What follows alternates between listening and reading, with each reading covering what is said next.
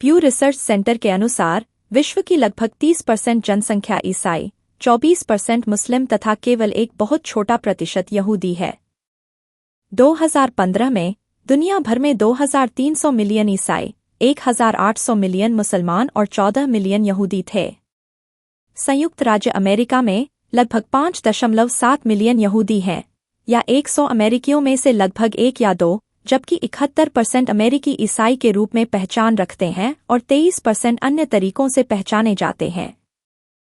यहूदियों ने 500 ईसा पूर्व के बाद ही खुद को पहचानने के लिए यहूदी शब्द का इस्तेमाल करना शुरू किया था।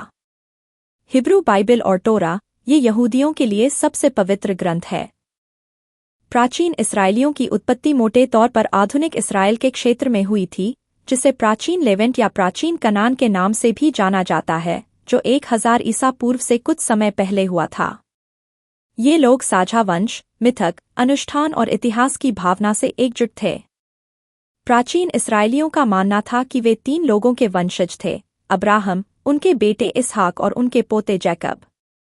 बाइबल में जैकब का नाम बदलकर इज़राइल रखा गया है, जो बताता है कि इस्राएलियों के पास अपने इतिहास के हिस्से के रूप में नाम परिवर्तन की साझा स्मृति थी। प्राचीन इस्राएलियों को एक साथ बांधने वाला मिथक हिब्रू बाइबल की दूसरी पुस्तक से कहानी का संक्षिप्त संस्करण यह है कि प्राचीन कनान में सूखा पड़ा था और इस्राएली भोजन की तलाश में मिस्र चले गए थे।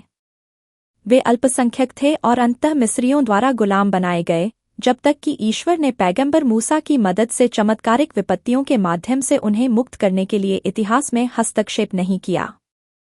गुलामी से मुक्त होने के बाद इस्राएलियों को ईश्वर और मूसा ने मिस्र और कनान के बीच के जंगल में यात्रा पर ले जाया।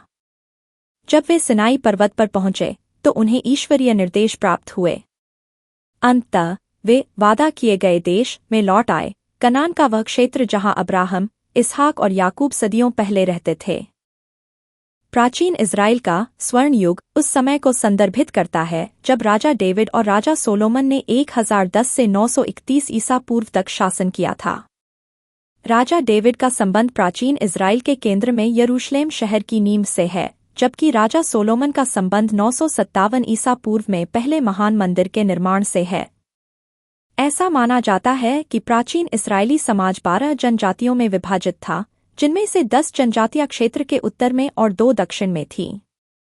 722 ईसा पूर्व में उत्तरी इज़राइल की 10 जनजातियों पर प्राचीन असीरियन साम्राज्य ने विजय प्राप्त कर ली थी और केवल दक्षिणी जनजातियां यहूदिया के छोटे से राज्य में अपनी स्वयं की स्वशासित राजनीतिक इकाइयों के रूप में बची रहीं।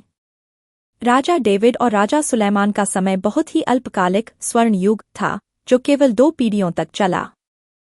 6ठी शताब्दी ईसा पूर्व में प्राचीन इस्राएलियों को एक और आपदा का सामना करना पड़ा जब बेबीलोनिया साम्राज्य ने यहूदिया के छोटे से राज्य पर विजय प्राप्त की। यह विजय यहूदी इतिहास को समाप्त कर सकती थी, क्योंकि जब बेबीलोनियों ने प्राचीन लोगों पर विजय प्राप्त की तो उन्होंने न केवल इमारतों को नष्ट कर दिया और धन लूट लिया, बल्कि उन्होंने उन लोगों को उनके देश से बाहर भगा दिया था। यहूदिया पर विजय प्राप्त करने के बाद बेबीलोन साम्राज्य ज्यादा दिन तक नहीं चला। जैसा कि यिर्मयाह ने भविष्यवाणी की थी, लगभग 70 साल बाद 539 ईसा पूर्व में बेबीलोनियों को फारसी साम्राज्य ने जीत लिया। इस जीत के बाद फारसियों ने शत्रु लोगों को न तो भगाया ना ही उन्हें लूटा, जैसा कि उन लोगों ने यहूदियों के साथ पहले किया था। यहूदी लोगों ने उन्हें बसाया, उन्हें पैसे दिए और उनकी हर जरूरतों का ध्यान रखा, जैसा कि एक शांतिप्रिय व्यक्ति या देश करता है। यहूदियों और यहूदी इतिहास को प्रभावित करने वाला अगला साम्राज्य सिकंदर महान का साम्राज्य था। सिकंदर 334 ईसा पूर्व में ग्रीस से बाहर आया और उसने बहुत सारे क्षेत्रों पर विजय प्राप्त की।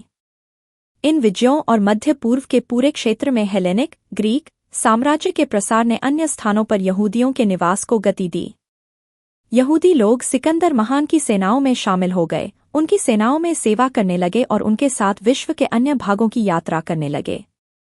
यूनानियों ने जिन क्षेत्रों पर विजय प्राप्त की, वहां सिकंदर ने अलेक्जेंड्रिया नामक शहर बसाए।